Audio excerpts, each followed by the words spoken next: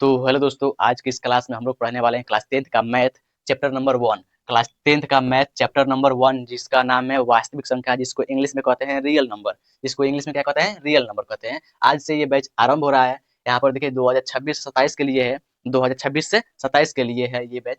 और यहाँ पर वास्तविक संख्या लिखा है। वास्तविक संख्या का आज बेसिक क्लास है, ठीक ना। इंट्रोडक्शन क्लास समझ लीजिए इसे। अगर आप क्लास 9th में पढ़े होंगे तो जो आज बेसिक होगा वो आपको मालूम जरूर होगा। लेकिन भूल गए हो तो कोई बात नहीं। लेकिन ये भी होता है कि कोई कोई पढ़ नहीं पाता है, तो भी कोई बात नहीं, सब कुछ समझ में आएगा। जैसे आप लोगों ने सुना होगा परिमेय संख्या, अपरिमेय संख्या, प्राकृत संख्या, पूर्ण संख्या, भाज्य संख्या, अभाज्य संख्या, ये सब सुना होगा। वही आज होने वाला है, उसी को कहते हैं बेसिक। आज बेसिक होगा। और कल से पार्ट 1 है। पार्ट 2 में वास्तविक संख्या स्टार्ट हो जाएगा कल से। मतलब कल से स्टार्ट हो जाए, स्टार्ट तो आज से हो गया है, बेसिक हुआ है, लेकिन कल से प्रश्नावली 1.1 बनाएंगे हम लोग, ठीक ना। तो यहाँ से ये बेसिक से डायरेक्ट सवाल पूछता है कि निम्नलिखित में से कौन परिमेय संख्या है। बोर्ड एग्जाम पूछता है कि निम्नलिखित में से कौन परिमेय संख्या है। तो आपको परिमेय संख्या किसे कहते हैं, परिमेय संख्या को कैसे निकालते हैं, कैसे देखते हैं कि कौन परिमेय संख्या है, ये अगर आपको मालूम नहीं है तो कैसे बनाइएगा। ये बोर्ड एग्जाम में डायरेक्ट पूछता है। तो आज इसीलिए बेसिक होगा, कल से प्रश्नावली 1.1 होगा, ठीक ना। मैथ क्योंकि सबका कमजोर होता है, तो मैथ को मजबूत बनाने के लिए, ठीक ना, हम आ चुके हैं। मैथ को एकदम स्ट्रॉन्ग बनाएंगे, ठीक। अगर आप में से बहुत लोग होंगे जो ऑनलाइन या ऑफलाइन जरूर ज्वाइन कर लिए होंगे, ठीक ना। तो अपना मन लगा पढ़ाई कर लीजिए, करिए वहां पर, ठीक ना। और यहाँ से क्या होगा, आपका रिवीजन होगा। यहाँ से आपका रिवीजन होगा मैथ का। अब मैथ एक ऐसा विषय है जिसको जिसको रिवीजन करना बहुत ही जरूरी है, ठीक ना। रिवीजन करना बहुत ही जरूरी है। लेकिन आज से मैथ से आपको डर नहीं लगेगा, बल्कि आपसे मैथ डरेगा, ठीक ना। तो ये रहा क्वेश्चन। यहाँ पर देखिए पहला नंबर में है, पहला नंबर में प्राकृत संख्या, दूसरा नंबर में पूर्ण संख्या, तीसरा नंबर में पूर्णांक संख्या, चौथा में सम संख्या, पांचवा में विषम संख्या। और भी है, आगे हम लोग देखेंगे, पहले इसे समझ लेते हैं, ठीक ना। तो पहला नंबर में क्या है? प्राकृत संख्या। यानी प्राकृत संख्या क्या है, प्राकृत संख्या किसे कहते हैं? तो यहाँ पर देखिए डिफिनेशन, गिनती की संख्या को गिनती की संख्या को प्राकृत संख्या कहते हैं। यहाँ पर सिंपल भाषा में बोला गया है कि जो गिनती है हमारा, उसी को प्राकृत संख्या कहते हैं। तो भाई हमारा गिनती कहाँ से स्टार्ट होता है? तो आपको गजब हाल है भाई, हम लोग को मालूम है, ठीक है, मालूम है। तो आप बताइए, यहाँ पर देखिए, आप लोग इसे गिन कर बताइए कि कितना है। तो आप गिनेंगे, तो आप कैसे गिनेंगे? 0 1 2 ऐसे गिनेंगे? नहीं, 1 2 3। सच में प्राकृत संख्या क्या है? गिनती है। गिनती की संख्या को प्राकृत संख्या कहते हैं। तो गिनती हमारा कहाँ से स्टार्ट होता है? 1 से। तो यहाँ से क्वेश्चन हम लोग का क्या बना कि सबसे छोटी प्राकृत संख्या क्या है? तो सबसे छोटी प्राकृत संख्या 1 है, क्योंकि गिनती की संख्या को ही प्राकृत संख्या कहते हैं। जो गिनती है वो हमारा 1 से स्टार्ट होता है, तो हमारा छोटा प्राकृत या गिनती 1 होगा, ठीक। तो हमारा सबसे छोटा प्राकृत संख्या कौन है? 1 है। और सबसे बड़ा, तो इसका कोई अंत नहीं है, गिनती का कोई अंत नहीं होता है, तो ये क्या है? अनंत है, ठीक। तो यहाँ पे आप लोग समझ गए कि प्राकृत संख्या क्या है। तो प्राकृत संख्या गिनती की संख्या को प्राकृत संख्या कहते हैं। और प्राकृत संख्या कहाँ से स्टार्ट होता है? 1 से। यानी गिनती कहाँ से स्टार्ट होता है? 1 से। तो हमारा 1 2 3 4 5 ये क्या हो गया? ये हो गया हमारा प्राकृत संख्या, ठीक, सिंपल भाषा में। अब यहाँ पर देखिए पूर्ण संख्या। तो पूर्ण संख्या क्या है? यहाँ पर गिनती लिखा हुआ है, यहाँ पर प्राकृत भी लिख सकते हैं, ठीक ना। गिनती या प्राकृत व्यत्यास्य में, ठीक ना। प्राकृत संख्या किसे कहते हैं? गिनती की संख्या को प्राकृत संख्या कहते हैं। तो यहाँ पर गिनती लिखा हुआ है, कोई बात नहीं। गिनती की संख्या को गिनती की संख्या सॉरी यहाँ पर गिनती की संख्या में यानी प्राकृत की संख्या में यदि हम शून्य को शामिल करने पर कर देते हैं, यहाँ पर समझ सकते हैं, शामिल करने पर पूर्ण संख्या मिलता है। मतलब बोला गया है कि जो हमारा प्राकृत संख्या है, प्राकृत संख्या में हम 0 को भी ऐड कर लेंगे तो हमारा पूर्ण बन जाएगा। 0 को छोड़ देंगे, 1 से स्टार्ट करेंगे तो हमारा प्राकृत है। अगर प्राकृत में हम 0 को भी ले लेंगे तो हमारा पूर्ण है। तो देखिए यहाँ पर पूर्ण का मतलब क्या हुआ कि गिनती की संख्या में, अगर गिनती की संख्या में यानी प्राकृत की संख्या में हम 0 को ऐड कर दें तो हमारा पूर्ण संख्या मिलता है। तो देखिए यहाँ पर ये सब क्या है? ये सब प्राकृत है। ये सब क्या है? गिनती है। और गिनती को क्या कहते हैं? प्राकृत कहते हैं। तो यहाँ पर गिनती को प्राकृत कहते हैं, यानी ये प्राकृत हुआ। क्या हुआ? प्राकृत संख्या हुआ। अब प्राकृत संख्या में देखिए यहाँ पर 0 को क्या मिलाया गया है। तो अगर प्राकृत के परिवार में अगर हम यहाँ पर 0 लिख देंगे तो हमारा ये प्राकृत नहीं पूर्ण संख्या बन जाएगा। तो देखिए यहाँ पर प्राकृत में हमने क्या जोड़ा है? 0। तो ये पूर्ण संख्या बन गया। तो पूर्ण संख्या, अब यहाँ से क्वेश्चन कैसे पूछता है पेपर में सबसे छोटी पूर्ण संख्या। अब बताइए सबसे छोटी पूर्ण संख्या, तो पूर्ण संख्या कहाँ से स्टार्ट होता है? 0 से। प्राकृत संख्या 1 से। तो सबसे छोटी पूर्ण संख्या 0 और सबसे बड़ी पूर्ण संख्या अनंत है, यानी इसका भी कोई अंत नहीं होता है। ठीक, तो आप लोग समझ गए। और यहाँ से इन दोनों को मिलाकर कैसे पूछता है कि बताइए बताइए कि सभी बताइए सभी प्राकृत संख्या एक पूर्ण संख्या है क्या? ये सभी प्राकृत संख्या एक पूर्ण संख्या है? तो आप कहेंगे यस। कैसे? क्योंकि यहाँ पर 1 से स्टार्ट हुआ है और प्राकृत में हम देखेंगे तो यहाँ पर आप देखिए, यहाँ से ये सब क्या है? प्राकृत संख्या तो है। तो देखिए मतलब सभी प्राकृत संख्या एक पूर्ण संख्या होती है, लेकिन उल्टा पूछ देगा क्या सभी पूर्ण संख्या प्राकृत संख्या होती है? तो आप कहेंगे नो, क्योंकि ये सभी पूर्ण संख्या क्या है? पूर्ण संख्या है। तो क्या सभी पूर्ण संख्या प्राकृत संख्या हो सकती है? नहीं। कैसे? कैसे नहीं? क्योंकि यहाँ पर 0 है और 0 प्राकृत में कभी आ ही नहीं सकता। प्राकृत हमेशा 1 से स्टार्ट होता है और पूर्ण हमेशा 0 से। तो क्या हमारा सभी पूर्ण संख्या एक प्राकृत संख्या कहलाएगी? नहीं। लेकिन सभी प्राकृत संख्या एक पूर्ण संख्या कहलाएगी। ठीक, तो आप लोगों ने यहाँ तक समझ लिया। अब आइए 3 नंबर में। और 3 नंबर में क्या है?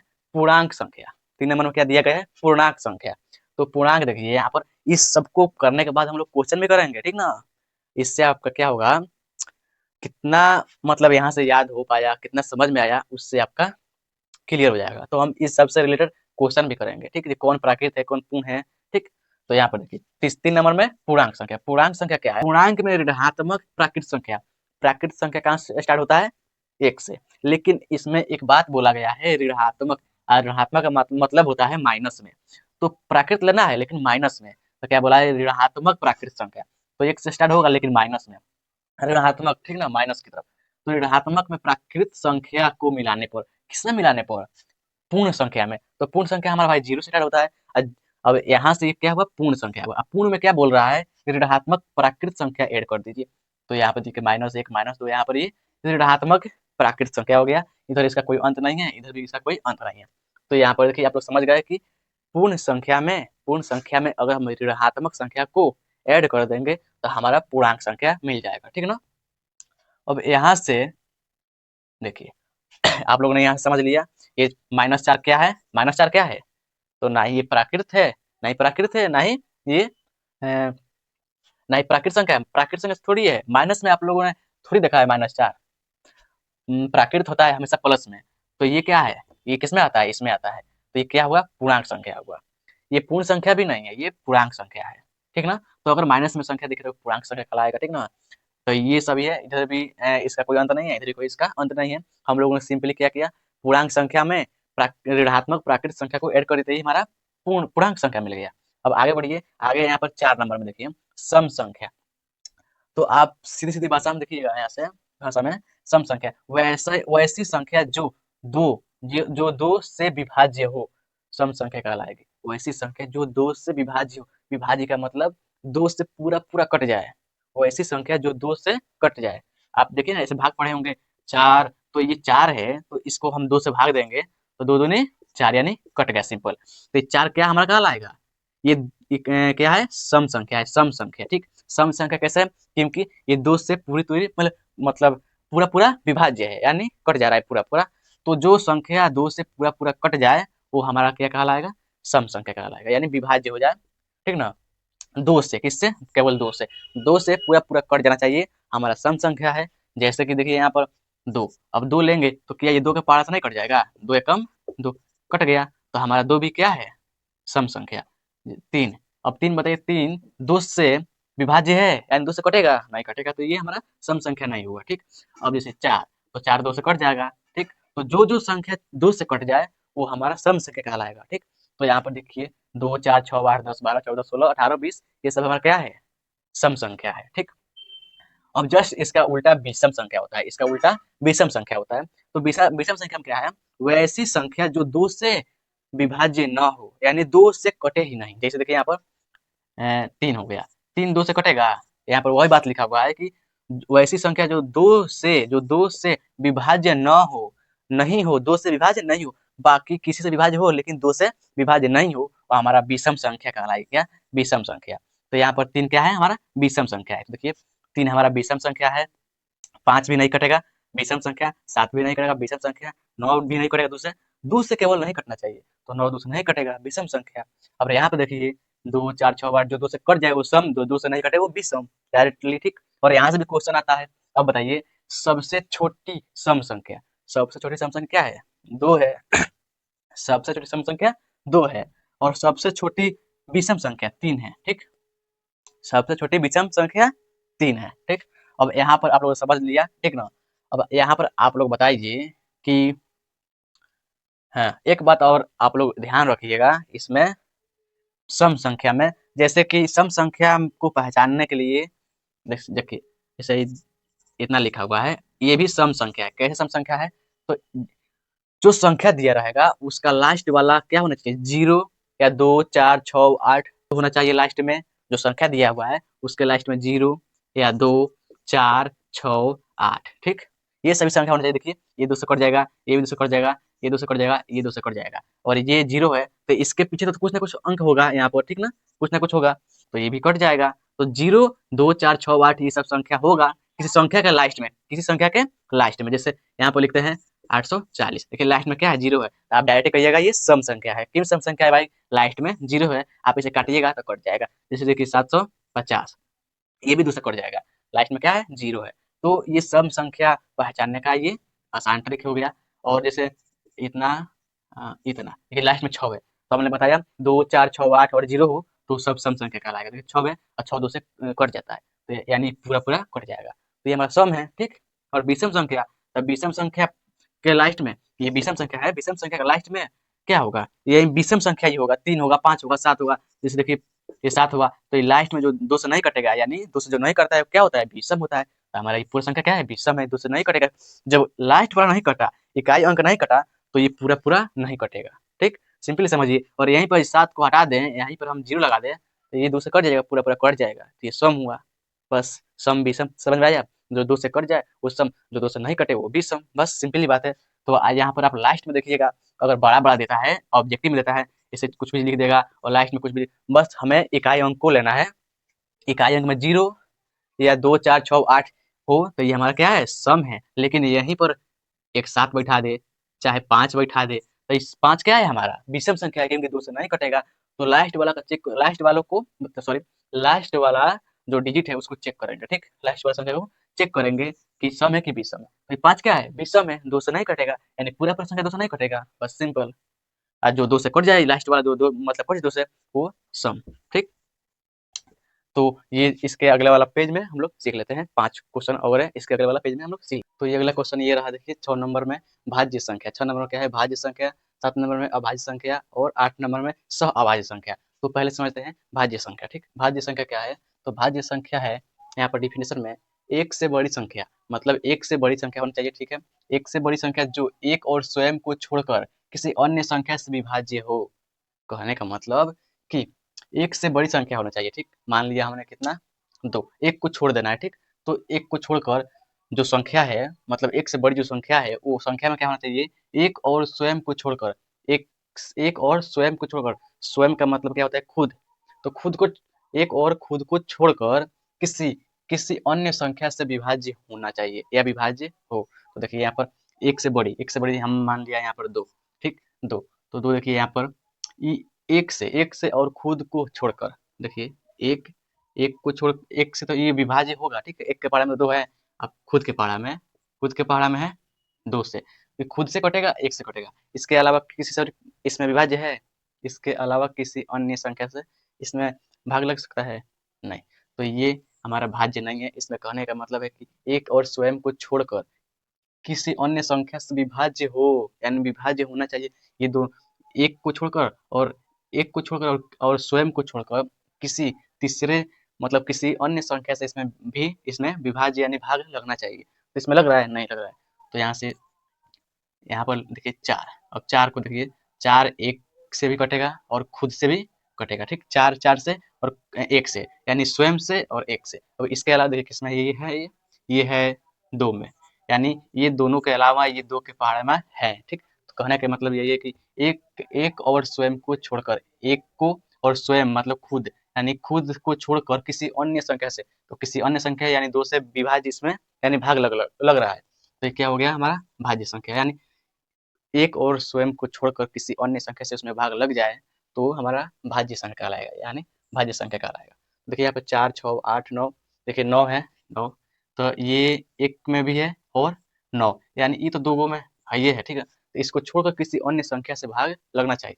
तो देखिए ये कितना में 3 से करता है, 3 से करता है कि नहीं, 3 के। तो ये दोनों को छोड़कर ये 3 से क्या है, विभाज्य है। तो बोला गया है कि एक और स्वयं को छोड़कर किसी अन्य संख्या से विभाज्य हो, यानी विभाज्य होना चाहिए। ये दोनों छोड़कर, ये दोनों को एक और खुद को छोड़कर किसी अन्य से उसमें भाग लगना चाहिए, ठीक। तो हमारा भाज्य संख्या कहलाएगा।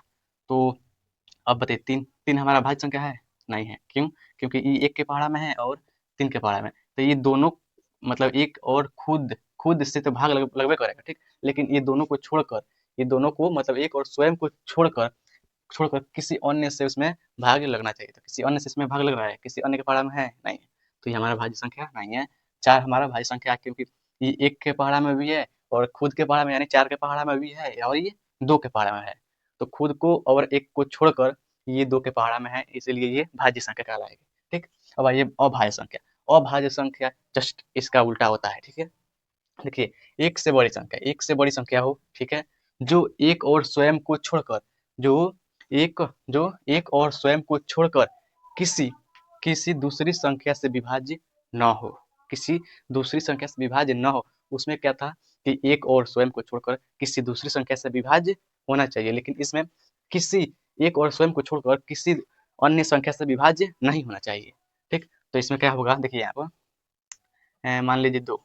अब देखिए 2, 2 एक एक के पहाड़ा में है और खुद के पहाड़ा में है, यानी खुद से कटेगा और एक से कट जाएगा, ठीक। तो इसके अलावा इसमें कोई संख्या है जो इसमें भाग दिया जा सकता है? ये 2, 1 और 2 के अलावा और किसी में है? नहीं ना है।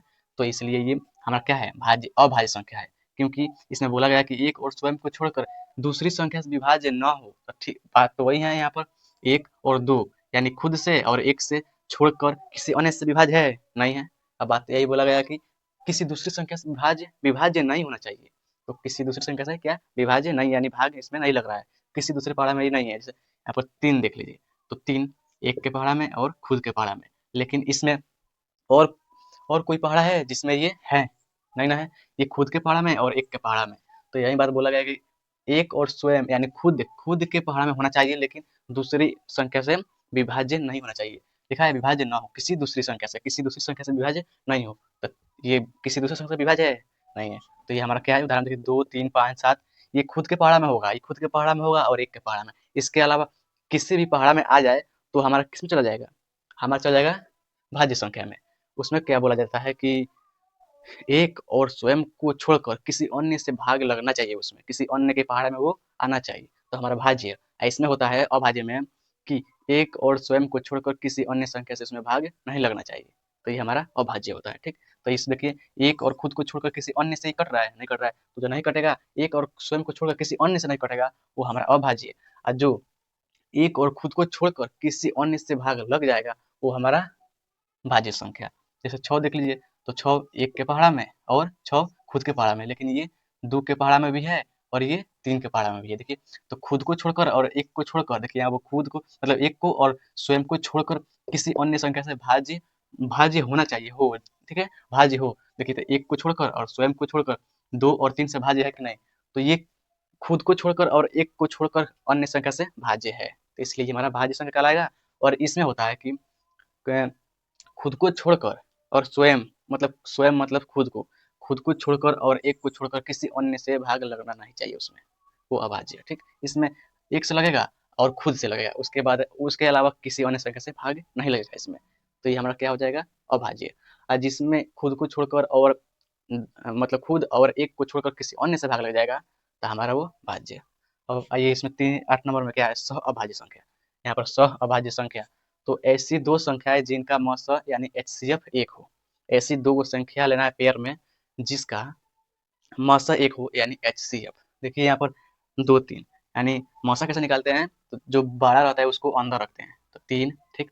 और जो यहाँ पर 2 है, तो 2 को बाहर रखिए, 2 से घटाइए, 2 एकम 2, घटेगा कितना, 1 आएगा। और फिर यहाँ से 1 आ गया तो इसको घेरते हैं और इसको यहाँ पे उतारते हैं, तो 1 के पहाड़ा में क बार से कितना बार में कटेगा ये? 2 बार में। 1 पहाड़ा पढ़ेंगे 2 बार तब 2 आएगा, और 2 कट गया एक साफा। तो लास्ट में जो काटता है पूरा संख्या वही मौसा होता है। देखिए इसका मौसा कितना आया 1, लास्ट में 1 ही काटा, 1 से ही ना पूरा कटा, तो लास्ट में जो आकर काटता है पूरा वही हमारा मौसा होता है। तो मौसा मौसा कितना आया? 1 आया। तो 1 आया, वही बात लिखा है कि ऐसी 2 संख्या जिनका मौसा मौसा यानी एचसीएफ 1 हो, वो हमारा सअभाज्य संख्या कहलाएगा। तो लास्ट 2 क्वेश्चन और ये रहा, परिमेय संख्या और अपरिमेय संख्या, और ये सबसे इम्पोर्टेंट है, तो इसे एकदम ध्यान से समझना लोग, ठीक ना। परिमेय संख्या क्या है और अपरिमेय संख्या क्या है? तो पहले समझते हैं परिमेय संख्या, उसके बाद समझते हैं अपरिमेय संख्या। परिमेय संख्या देखिए क्या यहाँ पर क्या लिखा हुआ है, वैसी संख्या जिसे p बटा q के रूप में लिखा जा सके परिमेय संख्या कहलाती है। मतलब वैसी संख्या जिसे p बटा q के रूप में लिखा जा सके, p बटा q के रूप में लिखा जा सके, वो उसे क्या कहते हैं? परिमेय संख्या कहते हैं। परिमेय संख्या कहते हैं जहाँ जहाँ p और q क्या है? एक पूर्णांक है। p और q एक पूर्णांक संख्या है और q बराबर 0 नहीं आना चाहिए। मतलब पूर्णांक कहने का क्या मतलब? पूर्णांक में क्या होता है, ये 0 1 2 3 ये इधर आगे तरफ बढ़ता है, और इसमें माइनस वाला भी संख्या क्या होता है? शामिल होता है। तो इसे वो क्या कहते हैं? पूर्णांक कहते हैं। ठीक, तो इसमें माइनस वाला संख्या भी आ सकता है, इसमें माइनस वाला संख्या भी आ सकता है। ठीक, तो इसमें देखिए, और ये माइनस में ऊपर हो सकता है देखिए, और उसे p बटा q के रूप में लिखा जा सके। पूर्णांक का मतलब मैंने बताया क्या, उसमें प्लस और माइनस वाला दोनों संख्या होगा। तो वही लिखा हुआ है कि जो p q है ये पूर्णांक संख्या है, लेकिन q नीचे q है ना, q बराबर क्या? 0 नहीं आना चाहिए, मतलब नीचे 0 नहीं आना चाहिए। अब p और q का मतलब क्या हुआ? अंश बटा हर। अंश ऊपर रहता है उसके अंश कहते हैं अंश बटा में हर, तो अंश बटा हर को p बटा q कहते हैं, ठीक ना। तो जिससे अंश अंश बटा हर के रूप में लिखा जा सके उसी क्या कहते हैं? p बटा q कहते हैं। यानी देखिए यहाँ पर 2/3, ये क्या है? p का मान कितना है इसमें? p का मान है 2, और q का मान कितना है? q का मान है 3, यानी p बटा q के रूप में। तो ये हमारा क्या है? परिमेय संख्या है। बोला जा रहा है कि वैसी संख्या जिसे p बटा q के रूप में लिखा जा सकता है, ठीक ना। और वो मतलब वह p बटा q है, वो पूर्णांक संख्या है, यानी माइनस में भी हो सकता है, ठीक ना। तो यहाँ पर p बटा q, तो यहाँ पे देखिए 1/2 ये क्या है? परिमेय संख्या है, यानी p बटा q के फॉर्म में है कि नहीं? देखिए p बटा q के रूप में है, तो इसे हम क्या करेंगे? परिमेय संख्या कहेंगे, ठीक ना। लेकिन इसमें रूट में भी देता है, जैसे रूट 5। अब बताइए रूट 5 परिमेय संख्या है, ठीक ना। तो रूट वाला जो संख्या देगा ना, तो रूट में से इसको बाहर निकालना पड़ेगा। जो संख्या है आप कहेंगे इसके नीचे एक लगा देंगे, परिमेय संख्या बन जाएगा, ठीक ना। लेकिन गलत है, यहाँ पर केवल 5 रहता। 5 बताइए परिमेय है कि अपरिमेय है? तो ये परिमेय है, क्योंकि इसके नीचे एक हम लगा सकते हैं, तो ये p बटा q के रूप में हो गया, तो ये परिमेय संख्या आएगा। लेकिन रूट अंदर 5 रहेगा, तो हम इसके नीचे एक लगाकर परिमेय संख्या नहीं बोल सकते हैं, क्योंकि रूट वाला संख्या जो बाहर नहीं निकलता है, वर्गमूल के रूप में बाहर नहीं निकलता है, जैसे रूट 5 का वर्गमूल नहीं निकलेगा, इसको जो 5 है इसको बाहर निकालना पड़ेगा, तो उसको नीचे उसका नीचे हम एक लगा सकते हैं। लेकिन ये रूट 5 बाहर निकलेगा रूट से, तो रूट से बाहर नहीं निकलेगा, तो भी तब क्या कहलाएगा? वो अपरिमेय कहलाएगा, ठीक। जो रूट से बाहर नहीं निकलेगा वो परिमेय हमारा संख्या नहीं रहेगा। जैसे यहाँ पर देख लीजिए 25, अब रूट अंदर 25 है, रूट अंदर 25 बटा में 2 है, तो आप इसे डायरेक्ट नहीं कह सकते परिमेय, मतलब बिना बनाए यानी बिना पढ़े आप डायरेक्ट इसे नहीं कह सकते परिमेय है कि अपरिमेय है। लेकिन आप इसे पढ़ लिए हैं तो आप बता सकते हैं डायरेक्ट है कि ये 25 का वर्गमूल कितना होता है? 5 होता है, और नीचे क्या है? 2 है, तो 5/2 हमारा क्या है? परिमेय संख्या है, ठीक ना। लेकिन आप इसे नहीं पढ़ेंगे तो आपको ये समझ में नहीं आएगा। तो हमारा 25 रूट 25 बटा, मतलब समझिए जी, जिसका वर्गमूल निकल जाए, रूट से बाहर आ जाए, वो संख्या हमारा परिमेय संख्या है, ठीक। बस सिंपल। तो आप लोग समझ गए, वो ऐसी संख्या जिसे p बटा q के रूप में लिखा जा सके, वो हमारा परिमेय संख्या है। अब बताइए -5 बटा -2 ये परिमेय है कि अपरिमेय है? तो आप बोलेंगे ये परिमेय है। क्या है?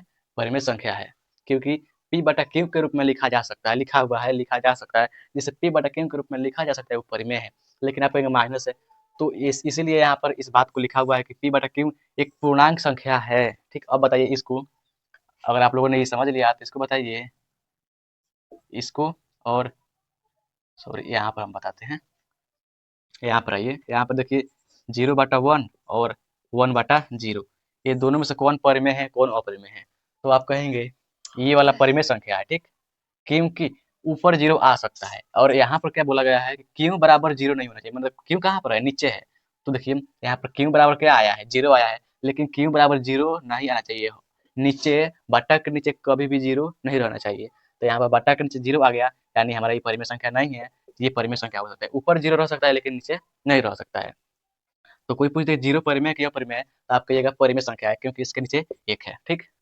लेकिन कोई कह दे कि 1/0 परिमेय है कि अपरिमेय है, तो आप कहिएगा ये अपरिमेय है, परिमेय नहीं है, ठीक। जस्ट इसका उल्टा अपरिमेय होता है। अभी अपरिमेय को हम समझेंगे। तो यहाँ पर आप समझ गए, जिसका वर्गमूल मतलब रूट में रहेगा तो उसको बाहर करेंगे, बाहर नहीं होगा तो क्या हो जाएगा, वो अपरिमेय। लेकिन बाहर हो जाएगा तो परिमेय, जिसे p बटा के रूप में लिखा जा सकता है वो परिमेय। अब बताइए दशमलव वाला 3 दशमलव कितना 2, ये परिमेय है कि अपरिमेय है? तो आप कहेंगे ये परिमेय है। कैसे परिमेय है? क्योंकि दशमलव को इधर उड़ाएंगे तो क्या ऊपर आएगा, ऊपर 32 आएगा, और जो जहाँ से दशमलव उड़ता है वह उसके जगह पर 1 रहता है, और जो इधर जो संख्या रहता है उसके बदले में हम 0 देते हैं। तो बट्टा में इसको उड़ाएंगे तो 1 आया, और कितना संख्या इधर है, तो 1 संख्या यानी 1 0, यानी 32/10। और बताइए ये p बटा q के रूप में है कि नहीं? p बटा q के रूप में है, तो जिसको p बटा q के रूप में लिखा जा सकता है वो परिमेय संख्या है। तो दशमलव वाला भी संख्या क्या है? परिमेय संख्या है। लेकिन ये परिमेय संख्या नहीं हो सकता। 3 4 5 6 डॉट डॉट डॉट वाला, यानी इसका कोई अंत नहीं है, डॉट डॉट लगा हुआ है तो ये अपरिमेय कहलाएगा, परिमेय नहीं कहलाएगा, ठीक। इसे हम p बटा q के रूप में नहीं दर्शा सकते, नहीं व्यक्त कर सकते, ठीक ना। तो जिसे नहीं लिख सकते उसे अपरिमेय।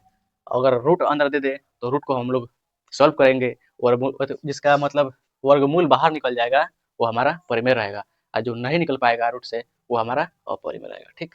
और एक ऐसा भी आ रहा है पाई वाला, जैसे 3 5, इस पर पाई दे दे, इस पर इसे डंडा ऊपर पड़े, इसे खींच दिया जाए 3 और 5 पर केवल है, तो भी परिमेय है। इसे हम लोग p बटा q के रूप में लिख सकते हैं। आगे हम लोग लिखना सीखेंगे इसे, ठीक। तो ये परिमेय संख्या है। अब परिमेय संख्या आप लोग समझ गए। अब आइए इधर अपरिमेय संख्या। तो अपरिमेय इसका उल्टा होता है। इसमें मतलब वो ऐसी संख्या है जिसे p बटा q के रूप में नहीं लिखा जा सकता है। लिखा है, नहीं लिखा जा सकता है। उसमें क्या था, p बटा q के रूप में लिखा जा सकता है वो परिमेय। इसमें क्या है, जो p बटा q के रूप में नहीं लिखा जा सकता है वो क्या है, अपरिमेय संख्या है। जैसे अब बताइए यहाँ पर 3 √3 अपरिमेय की परिमेय अपरिमेय, क्योंकि इसका वर्गमूल नहीं बाहर निकल सकता, यानी ये संख्या 3 है, इसको हम लोग बाहर नहीं निकाल सकते। जो संख्या रूट के अंदर रह जाएगा वो अपरिमेय, ठीक ठीक। और एक ये है, जैसे 3 2 4 dot dot dot dot dot है, ये भी अपरिमेय है क्योंकि इसका कोई अंत नहीं है, और इसे हम p बटा q के रूप में नहीं दर्शा सकते। तो ये अपरिमेय संख्या है, ये अपरिमेय संख्या जो बाहर नहीं निकलेगा वो अपरिमेय, ठीक। और पाई, पाई कोई पूछ देगा पाई कौन संख्या है, अपरिमेय संख्या है। लेकिन इसका मान 22/7 है। इसका आप लोग इसको याद रखिएगा, आप लोग इसे नोट कर लीजिए नोट में, ठीक ना, कि पाई जो है, पाई एक अपरिमेय संख्या है, लेकिन इसका मान जो 22/7 होता है, 22/7 वो हमारा परिमेय संख्या होता है, क्योंकि p बटा q के रूप में लिखा हुआ है। लेकिन केवल पाई पूछ दे तो पाई एक अपरिमेय संख्या है, लेकिन उसका मान परिमेय संख्या है, ठीक। तो आप लोग परिमेय और अपरिमेय समझ गए। तो परिमेय और अपरिमेय, ठीक। जो बाहर रूट मतलब रूट वाला संख्या रहा है तो जो बाहर निकल जाएगा वो परिमेय, जो बाहर नहीं निकलेगा वो अपरिमेय। दूसरा कंडीशन होता है कि डॉट डॉट लगा हुआ, मतलब इधर कुछ लिखा हुआ है और डॉट डॉट लगा हुआ है तो अपरिमेय। लेकिन डॉट डॉट नहीं लगा है, कुछ भी लिखा है कुछ भी, और डॉट डॉट नहीं लगा है, इसके नीचे हम आसानी से एक लिख सकते हैं p बटा q के रूप में हो गया, तो ये क्या कहलाएगा, परिमेय, ठीक, परिमेय संख्या कहलाएगा। और जो आप सिंपली समझ, जैसे p बटा q के रूप में हम लिख सकते हैं परिमेय, जिसे नहीं लिख सकते हैं अपरिमेय, ठीक। तो आशा करते हैं आप लोगों को समझ में आ गया होगा। तो कल से हम लोग प्रश्नावली 1.1 करेंगे, ठीक है।